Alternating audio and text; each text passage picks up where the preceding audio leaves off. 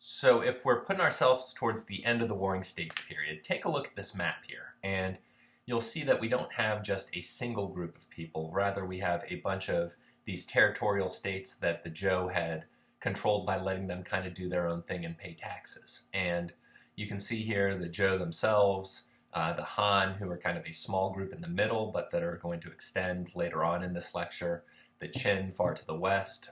There are a bunch of nomads in Asia that we'll come in contact with a few times, known as the Xiongnu. And if you look at all of these states here, right, all the different colors on this map, most of these folks rule over millions of people, tens of millions of people. By the end of the Warring States period, by 221, they have armies with well over a million people in those armies. And maybe as a nice parallel, you're probably more familiar with ancient Greece. Greece at this time period, its biggest city is Athens. It has a population of maybe 250,000 people, an army of maybe 20,000. So same time period in Europe, army of 20,000 versus a series of armies of well over a million people. Only Rome eventually comes anywhere close to this. So when we're thinking about how these folks govern, and especially their administrative approaches, a lot of this bleeds into reforms in military recruiting and reforms in warfare. So millions of people, they get registered for tax purposes. But as they're registered, they're also guaranteed to serve in the military, right? A great way for conscription. So what does war look like in this period? Basically, it is massed infantry of peasants holding lances, spears made out of iron. They fought fiercely more often than not to the death. Normally, these armies have over 1 million commoners, sometimes supported by thousands of chariots, tens of thousands of bow-wielding cavalrymen. These armies are often divided into separate forces. They wage battle simultaneously. There are also elite troops who, based on command of iron technology, wear iron armor and helmets, and also start using a relatively recent innovation, the crossbow.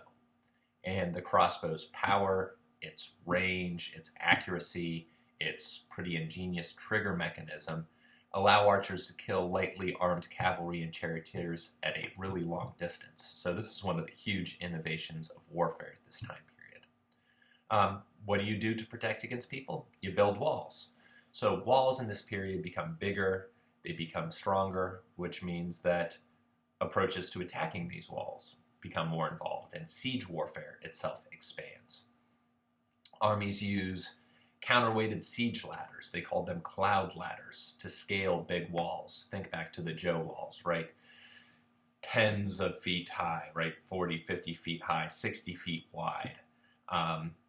Ladders scaling them. Sometimes they dig tunnels underneath them.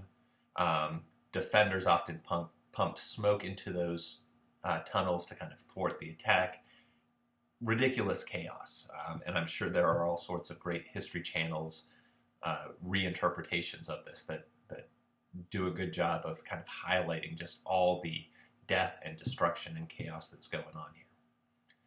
Before the Warring States period, war really lasted kind of throughout seasons and throughout maybe an agricultural season. Now wars stretch into years, and military thought becomes increasingly sophisticated. So one of the sources we have for this week is somebody who maybe he was alive, maybe he wasn't, but a lot of writings are attributed to him. His name is Sun Tzu, Sun Tzu, sometimes pronounced that way.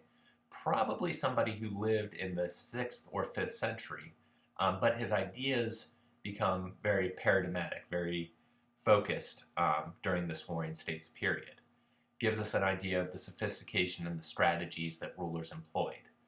I'm not going to elaborate here too much so that we can dig into it more a little bit later, but as you reflect on his ideas about the art of war, think about how he considers things like the quality of rulers, natural rhythms, the importance of geography, commanders, organization, how important the soldiers themselves are, what makes people good fighters or bad fighters, Also, maybe think about what his approach suggests about the period in which he's writing.